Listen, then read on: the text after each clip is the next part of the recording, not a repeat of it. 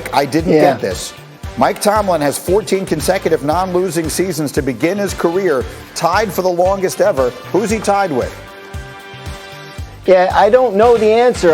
It's tough because not a lot of guys have even coached that long, and a lot of these guys have losing seasons early on. Takes them a little while to get the program going. So I'm not entirely. My guess was Joe Gibbs, but it's just a guess. It's all I got. It's not a bad guess. My guess was Don Shula. He was second. Marty Schottenheimer is the sneaky answer. It's a fair question, but it's a sneaky one. Answer. So that one, Hembo got some high heat past Graziano on that one. A tip of the cap, and this thing's getting close.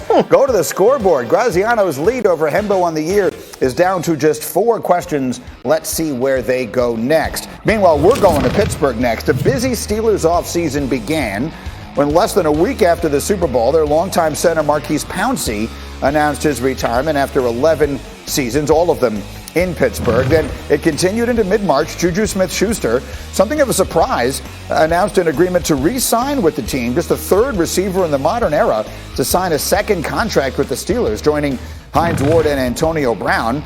Meantime, the team continues to clear salary cap space with the restructuring of Ben Roethlisberger's contract. Adam Schefter yesterday here on Get Up talking about Pittsburgh's future beyond Big Ben. Well, it's interesting, again, to Dwayne Haskins' point, low-risk move, high upside. If they can bring it out of Dwayne Haskins, great, then that's a big bonus for that organization. I don't know if they're counting on it, but if they can do it, maybe that is the answer. But I still think you have to be looking for another quarterback here in this draft. In this draft, which is a fascinating way to look at the situation here. And Graziano, let me talk to you here and bring you in on that thought. The Steelers pick at 24. Marcus brought up the idea that maybe they try and trade all the way up to get one of the 5 big quarterbacks in this draft. That feels unlikely considering their history. So what is more likely for the Steelers as they contemplate their future? Well, I think they do feel like they have to get a quarterback in this draft, as Adam said. Do you take one at 24 and reach for a guy that might be more of a second or third round pick? That also feels unlikely because, as we've discussed with Pittsburgh, all their salary cap issues, all their roster construction issues, they're going to need some production out of their early round rookies this year if they're going to contend. So I think it's probably more likely they take someone who can help them this year, whether it's an offensive lineman at that spot, and then look for quarterback maybe in the second or third round if one of these second-tier guys is there for them. So they go into this draft knowing they have to address quarterback, but I don't think they're in a position where they can mortgage everything to trade up for one of the big guys or necessarily spend that 24th overall pick on a guy for whom it might be a reach. That's fair. And so then, Marcus Spears, let me come to you on that thought. I'm here to tell you, and we do have Matt Miller. Excellent. We were having some technical difficulties getting our outstanding new draft insider, Matt Miller, with us. So I will actually aim this first question here at you, Matt, and welcome. Thanks for getting up here. If we all agree that the Steelers need to address their long-term quarterback situation, seems there's a minimum of 4 quarterbacks who will be on the board, we would expect, into rounds 2 and 3 that have a lot of NFL teams interested, in no particular order: Kyle Trask, Davis Mills, Kellen Mond, and Jamie Newman. Do you see one of those potentially as a fit for the Steelers sometime Friday, rounds 2 or 3? Yeah, Greeny, thanks for having me on again today. I do think that Kyle Trask, the name you mentioned first, is an intriguing quarterback. Let's go back throughout the college football season. Kyle Trask was a Heisman candidate. He was one of the most productive quarterbacks in college football. We talk so much about Kyle Pitts and Kadarius Toney. Kyle Trask was the guy getting them the football, so the accuracy's there. All he needs is a clean pocket to operate from, as we're seeing here against teams like Alabama. He's battle-tested in the SEC. He's a player who split time as a high school quarterback, so we know that he's battled some adversity. He's overcome things. I'm a believer in Kyle Trask. Now, I think the big question for the Pittsburgh Steelers, does he make it to pick number 55 overall? Because they're not the only team that's looking at this tier 2 group saying, hey, we got to get one of those quarterbacks this year. Well, quickly, because I have you here, do you expect one of those names I just mentioned to actually sneak in at the end of Thursday night, the back end of round 1, whether it's him? I have Mel Kiper telling me keep an eye on Davis Mills from Stanford, that some team sneaks in and takes him. Do you think we see a 6th quarterback at the end of round 1?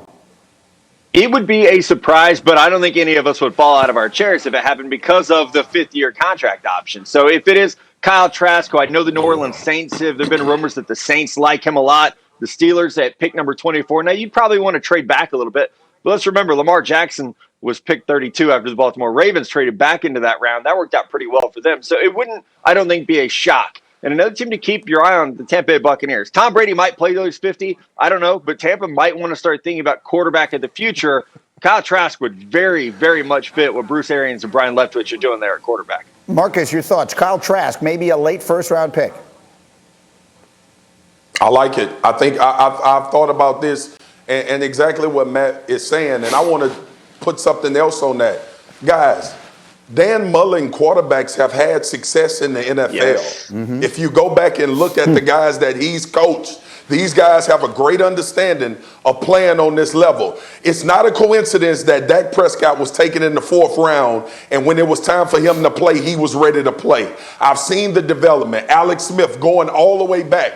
So I think Kyle Trask will have some cachet because of that fact. And then, too, playing at Florida, he had Kadarius Toney and Kyle Pitts. And, yeah, in some regards down the stretch of the season, he had some off games. But for the most part, Kyle Trask put together an elite season, like these guys that we've talked about being taken in the first 5 picks. It'll be interesting to see what Pittsburgh does, especially knowing that they need some offensive line help. A reminder, he was a Heisman finalist, so he had that kind of season. Meanwhile, Matt, while I have you, let's do some comps for some of the other quarterbacks. Let's go to the top of the draft, or closer to it. Mac Jones, we expect him to go 3 at this point. Give me a best case and a worst case for him. Yeah, Mac Jones, you watch his play in the pocket, the way that he's rooted there, the ability to throw the deep ball. Best case, Matt Ryan. I think we're probably going to see him connected with someone Matt Ryan had a lot of success with, Kyle Shanahan at the quarterback position. But Greeny, on the other side, there's a worst case, and that has to be discussed with these guys. Mitch Trubisky, like Mac Jones, a bit of a one-year wonder, 17 starts in college, and a player who maybe won't get better at the next level. Now, let's just keep going here with these, because sorry, Greeny, I know you love these comps. Trey Lance, best case scenario, look at him move. I see some Dak Prescott here with a good, not great arm, the ability to play down the field, can hit the middle of the field, but also can keep plays alive. He moves to throw. He doesn't always move to run. Now, worst case scenario, Sam Darnold, who I'm sorry to bring this up today after he got traded yesterday, but Sam Darnold, a player who maybe the game needs to speed up for you a little bit. We want to see better accuracy to all levels of the field to play at the next level.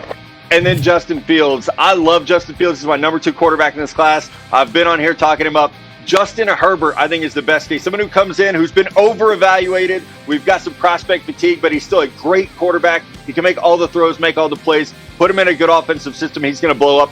Worst case, I want Carson Wentz here. We might see some turnovers in the NFL from Justin Fields. We've seen him hold the ball in the pocket too long, but I still think he's going to be tremendous when he gets there.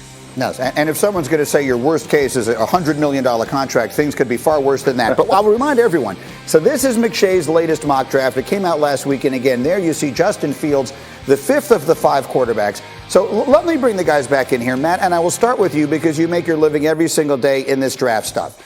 Everyone comes on this show, everyone, and says what you just said, which is, well, I've got Justin Fields 2nd of all the quarterbacks, but I love Justin Fields, but Mel says that, McShay says that, every single one of you guys comes on and says that. So why is Justin Fields the 5th quarterback in a class in which everyone comes on the show and says he's the 2nd best player? We're all trying to figure that out, Greeny. We really are. There's nothing to his game. When you talk about Justin Fields to scouts or to Mel Todd, he's a great arm, maybe the strongest arm of anyone in this class.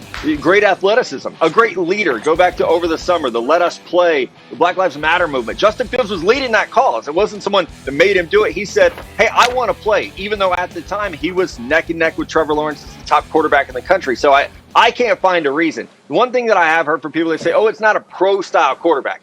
I don't even know what that means anymore when we have Sean McVay in Jared Goff's helmet until the clock runs down, telling him what the read is. So what is pro style when you're running RPOs? Justin Fields is running the same kind of offense, really, that Mac Jones is, that Trevor Lawrence is. So I think there's a lot of laziness. I think there's a lot of prospect fatigue because people have known who Justin Fields is for 4 to 5 years now. Marcus, go. Overthinking. Listen, this is Deshaun Watson 2017. Let's be honest. Like, to Matt's point, we overthinking everything. Watch the damn film. And look, here's the part that really makes me so angry about this. Justin Fields is in a tier with every other quarterback where we're saying potential, traits, all of these things that they need to improve upon to become great quarterbacks. I'm drafting that. I'm drafting Justin Fields, who ran 4.4, who went to Ohio State, left Georgia, went to Ohio State, had success, had his team in the national championship, played with crushed ribs, beat a Clemson team with the #1 quarterback, who's the next greatest thing since sliced bread, that Jacksonville is going to take